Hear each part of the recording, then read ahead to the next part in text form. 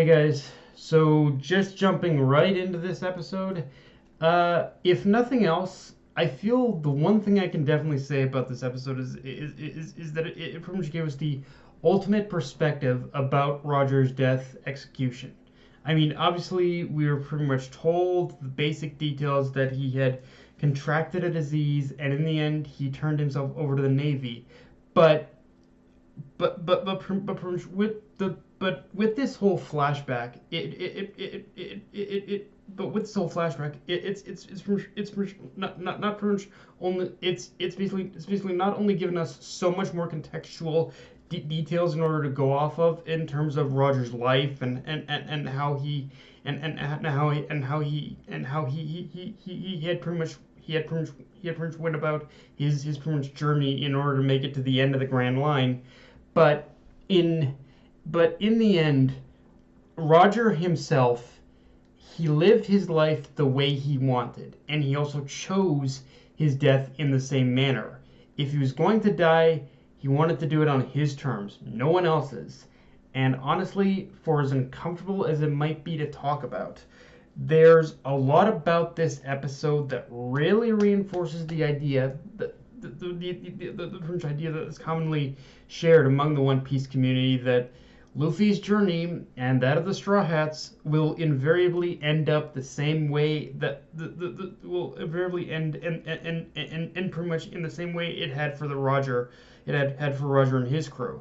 The only difference being is that by that point in which Luffy has disbanded the Straw Hats, turns himself in, and allows himself to be executed, the Straw Hats themselves will pretty much finish what Roger had started in pretty much uncovering the secrets of this world, and fully and by doing so have fully changed the centers of power, have the centers of power within it.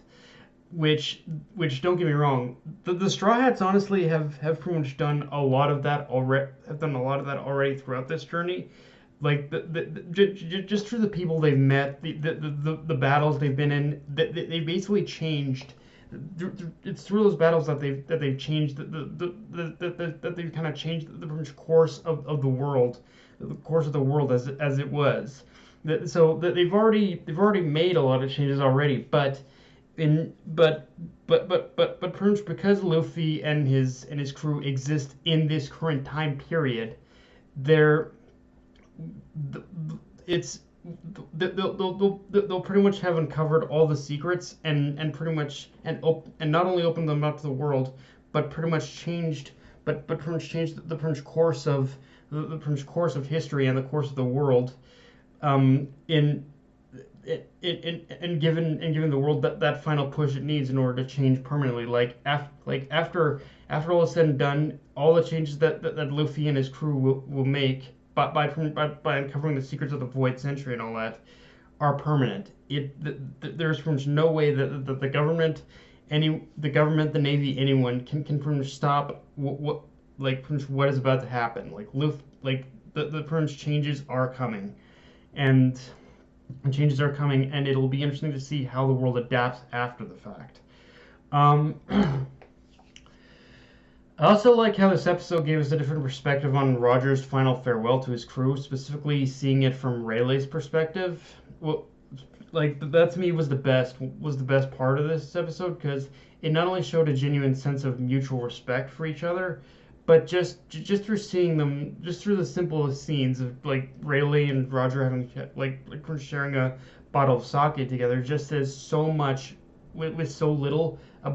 With so little about when it comes to the history that they've shared, that even before disbanding the crew, Prince Rayleigh, he pretty much knew what Roger was going to do. And I love even more how when they pretty much agree, when Roger and Rayleigh had that kind of had that pretty much silent agreement between each other, that had that silent agreement between each other, and that promise that they made to each other long ago about shaking up the world had been fulfilled. It's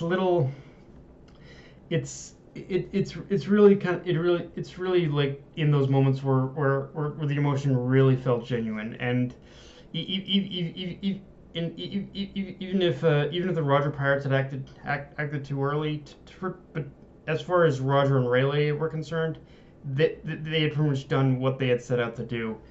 And I'll just say it. While I've always been kind of hit and miss on Toei's little tricks with how they extend a scene in order to build up the moment, Roger's final farewell and from seeing him from walk away from his crew for the final time was masterfully done, and even hit me hard in a way that not even the manga did.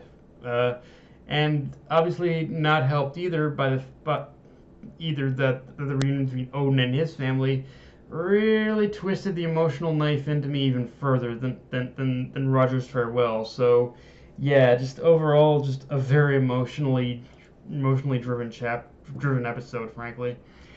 And yeah, with that said, let's talk about Odin's return to Wano, because it is kind of an interesting contrast how Roger's final farewell was somber, but was left on a very hopeful note.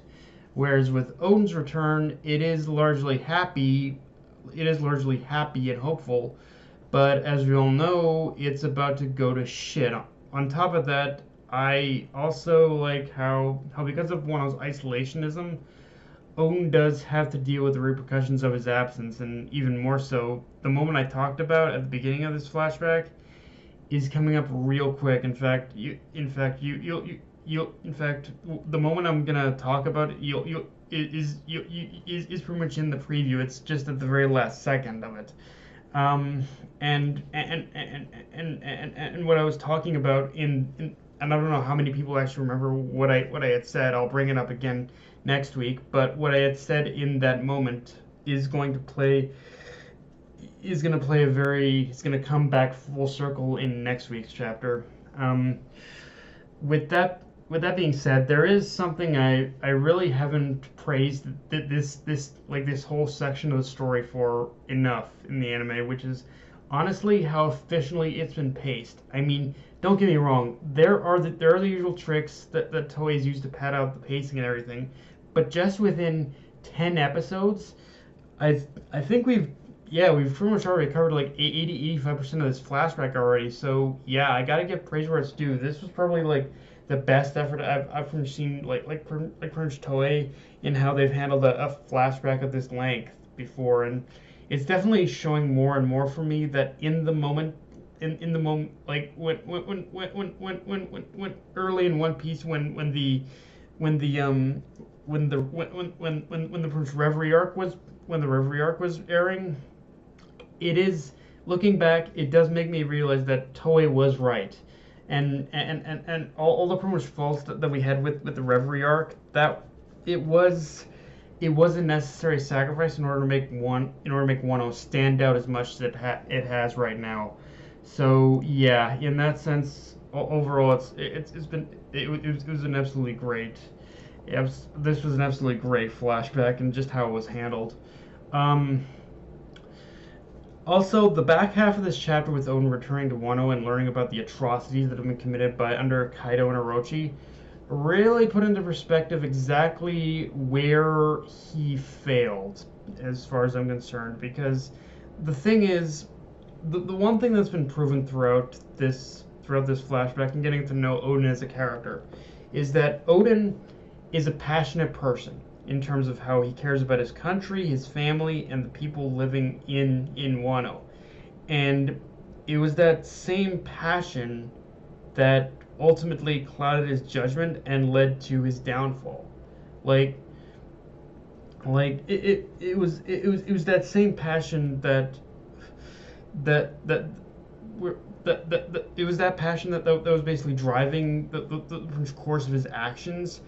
And as you'll see by the next episode, even after using a certain situation to his advantage, he still failed to recognize the one thing that would ultimately led to his downfall is that even though he was passionate and he wanted to protect Wano from the threats of Kaido and Orochi, he was only at the same time, because he was so passionate, he was also only focusing on fighting back in order to preserve Wano's future and for and to open Wano's borders. But because of that misguidedness, it's going to lead to what we know is going to happen and what's going to happen now. So yeah, but that's pretty much all I got for this review, guys. If you enjoyed the video, like, comment, subscribe.